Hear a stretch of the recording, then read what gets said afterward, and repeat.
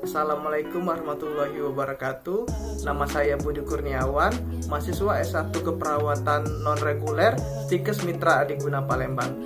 Baiklah teman-teman, di sini saya akan menjelaskan secara singkat mengenai rheumatoid arthritis. Kata arthritis berasal dari bahasa Yunani, yaitu arton yang berarti sendi dan itis yang berarti peradangan.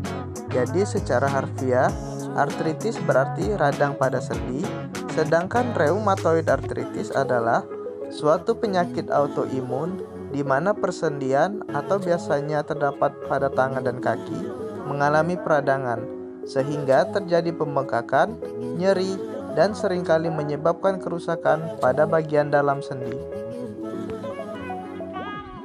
Etiologi dari RA sendiri masih belum diketahui, diperkirakan disebabkan kombinasi dari faktor genetik, lingkungan, hormonal, dan faktor sistem reproduksi. Manifestasi klinis rheumatoid arthritis. Keluhan biasanya mulai secara perlahan dalam beberapa minggu atau bulan. Sering pada keadaan awal tidak menunjukkan tanda yang jelas. Keluhan tersebut dapat berupa keluhan umum, keluhan pada sendi, dan keluhan di luar sendi. Keluhan umum dapat berupa perasaan badan lemah, nafsu makan menurun, peningkatan panas badan yang ringan, atau penurunan berat badan. Sedangkan pada kelainan sendi, terutama mengenai sendi kecil dan simetris yaitu sendi pergelangan tangan, lutut, dan kaki, atau sendi diartrosis. Sendi lainnya juga dapat terkena seperti sendi siku, bahu sternoclavicular, panggul, pergelangan kaki. Kelainan tulang belakang terbatas pada leher. Keluhan sering berupa kaku sendi di pagi hari, pembengkakan, dan nyeri sendi. Kemudian manifestasi klinis RA lainnya yaitu kelainan di luar sendi. Kelainan di luar sendi dibagi menjadi 6. Yang pertama pada kulit, yaitu nodul subkutan atau nodul rheumatoid. Kemudian yang kedua pada jantung, yaitu kelainan jantung yang simptomatis, jarang didapatkan, namun 40% pada autopsi RA didapatkan kelainan perikard. Kemudian yang ketiga pada paru, yaitu kelainan yang sering ditemukan berupa paru obstruktif dan kelainan pleura atau efusi pleura, nodul subpleura. Kemudian yang keempat pada saraf, yaitu berupa sindrom multiple neuritis akibat vaskulitis yang sering terjadi berupa keluhan kehilangan rasa sensoris di ekstremitas dengan gejala foot or wrist drop.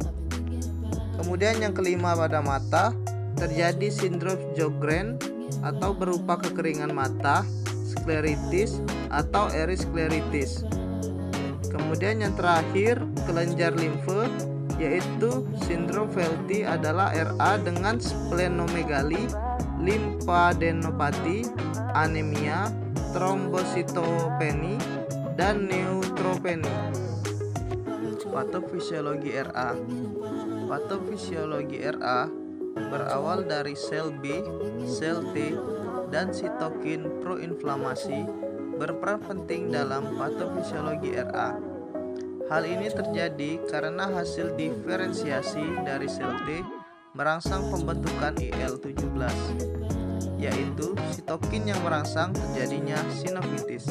Sinovitis adalah peradangan pada membran sinovial, jaringan yang melapisi dan melindungi sendi. Sedangkan sel B berperan melalui pembentukan antibodi, mengikat patogen, kemudian menghancurkannya.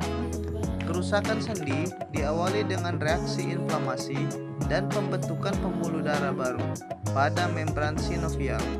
Kejadian tersebut menyebabkan terbentuknya pannus, yaitu jaringan granulasi yang terdiri dari sel fibroblast yang berproliferasi, mikrovaskuler, dan berbagai jenis sel radang. Panus tersebut dapat mendestruksi tulang melalui enzim yang dibentuk oleh sinoviosit dan kondrosit yang menyerang kartilago. Di samping proses lokal tersebut, dapat juga terjadi proses sistemik. Salah satu reaksi sistemik yang terjadi ialah pembentukan protein fase akut atau CRP. Anemia akibat penyakit kronis, penyakit jantung, osteoporosis, serta mampu mempengaruhi hipotalamik pituitari adrenalaksis sehingga menyebabkan kelelahan dan depresi. Komplikasi pada rheumatoid arthritis. Komplikasi penyakit dari RA ini bervariasi dan juga ditentukan dari ketaatan pasien untuk berobat dalam jangka waktu yang lama. 50 hingga 75% penderita ditemukan mengalami remisi dalam 2 tahun, selebihnya dengan prognosis yang lebih buruk. Kejadian mortalitas juga meningkat 10-15 tahun lebih awal dibandingkan mereka yang tidak mengalami RA. Khususnya pada penderita RA dengan manifestasi yang berat, kematian dapat disebabkan oleh infeksi, penyakit jantung, gagal nafas, gagal ginjal, dan gangguan saluran cerna. Sekitar 40% pasien RA mengalami hendaya dalam 10 tahun ke depannya. Pemeriksaan penunjang pada RA dapat dilakukan dengan cara mengecek di bagian laboratorium dan juga memeriksa di bagian radiologi. Penata laksanaan pada RA mencakup terapi farmakologi, rehabilitasi, dan pembedahan bila diperlukan, serta edukasi kepada pasien dan keluarga. Tujuan pengobatan adalah menghilangkan inflamasi, mencegah deformitas, mengembalikan fungsi sendi, dan mencegah destruksi jaringan lebih lanjut. Baiklah teman-teman, itu tadi penjelasan secara singkat mengenai rheumatoid arthritis. Terima kasih. Assalamualaikum warahmatullahi wabarakatuh.